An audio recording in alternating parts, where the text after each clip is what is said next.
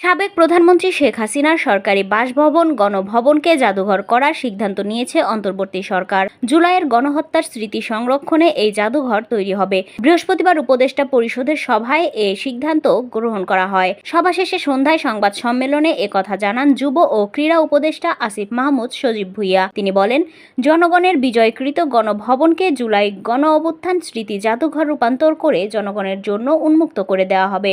তিনি আরও বলেন, গণভবনকে জনগণ যে অবস্থায় রেখেছে সে অবস্থায়ই থাকবে, অর্থাৎ গণভবনের বর্তমান অবস্থার বড় কোনো পরিবর্তন না করেই জাদুঘর প্রতিষ্ঠা করবে সরকার। দক্ষিণ কোরিয়ায় এমন স্মৃতি মেমোরিয়াল করা হয়েছিল, আরও অনেক দেশেও করা হয়েছে। তাদের থেকে জেনে গণভবনকে স্মৃতি জাদুঘর করা হবে। সেখানে ফ্যাসিবাদী সরকারের কর্মকাণ্ড প্রদর্শিত হবে। উল্লেখ্য, বাংলাদেশের একমাত্র প্রধানমন্ত্রী শেখ হাসিনার সরকারি বাসভবন ছিল গণভবন। এর আগে কোনো প্রধানমন্ত্রী শেরেবাংলা নগরের এই বাসভবনে থাকেননি।